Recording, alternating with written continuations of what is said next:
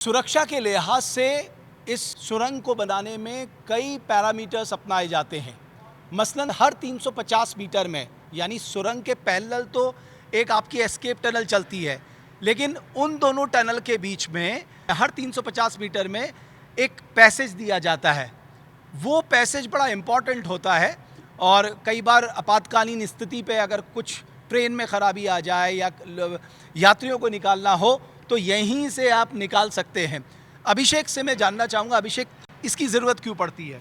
Sir CP हमारा इसलिए दिया जाता है क्रॉस पैचेज, इसे हम क्रॉस पैचेज इसलिए कहते हैं क्योंकि ये हमारे ईटी और एमटी को जोड़ता है। ओके। बाकी जैसे हमारे कुछ सिग्नल्स के काम हो गए, कुछ आगे कोई तकनीकी खराबियां आ गई तो हम इससे नहीं आ सकते हैं, इसलिए हम एस्केप टनल से आएंगे। और जैसे हमारा पीछे टीआरएन है, एसएनटीएच जिसे हम सिग्नल एंड ट्रांसमिशन कहते हैं, ट्रॉली रिफ्यूज़ नीच है हमारे, उनमें कुछ दिक्कतें या कुछ फॉल्ट्स या फिर कुछ मेंटेनेंस के काम हो तो उसका यूज़ हम सीपी से करते हैं।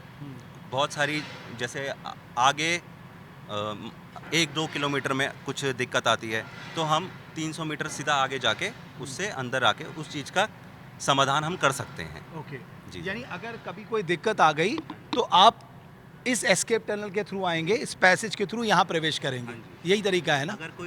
अगर जैसे हमारा 500 मीटर में कोई दिक्कत आई है हाँ। तो हम 350 मीटर वाले से आ जाएंगे। अगर हमारा 2 किलोमीटर में आया तो हम CP4 CP5 से जा सकते हैं। ऐसे ही नंबर्स वाइज हमने नाम दिया है इनको, CP1 CP2 CP3, मतलब हर 300 मीटर के आगे एक CP है ताकि हम अपनी जैसे कोई मेंटेनेंस हो, जो हम सिग्नल्स का काम हो, ये ट्रॉली रिफ्यूज नीच का काम हो, उसको इम्प्लीमेंट कर सकें, कोई दिक्कत को आसानी से सॉल्व कर सकें। अब साधारण तरीके से देखिए, ट्रेन आपकी इस सुरंग से गुजरेगी, लेकिन इसके ठीक पैरेलल अगर मैं सामने आपको दिखाऊं तो ये एक पैरेलल टनल जो है ये एस्केप टनल बनाई जाती है और इसके बीच में एक पैसेज दिया गया है। जैसा कि अभिषेक ने भी अभी बताया कि अगर कभी कोई तकनीकी खराबी आ जाए तो इन रास्तों के सहारे आकर वो उस मुश्किल को दुरुस्त कर सकते हैं। तो इस तरह की प्रक्रिया को अपनाया जाता है। एक और बात मैं जो आपको यहाँ पर बताना चाहता हूँ, ये ट्रेन परिचालन के लिए सुरंग में जिन प्रक्रियाओं का इस्तेमाल होता है, यानी जो प्रोसीजर सुरंग बनाते समय अपनाए जाते हैं, एस्केप टनल में भी वही तकनीक अपनाई जाती है। यानी जिन प्रक्रियाओं से होकर गुजर के सुरंग तैयार हो रही है, आपकी एस्केप टनल तकरीबन उन्हीं प्रक्रियाओं से होकर गुजरती है। और ये एक तरह का नियम है कि जब आप सुरंग के दृष्टिकोण से देखें, जब सुरंग के रास्ते आप जाते हैं तो आपको एक एस्केप टनल का निर्माण करना पड़ता है। यानी पैरेलल एस्केप टनल और हर 350 मीटर पर एक पैसेज जो है, सेफ पैसेज जो मैं कहूँगा, उसके लिए बनाया जाता है।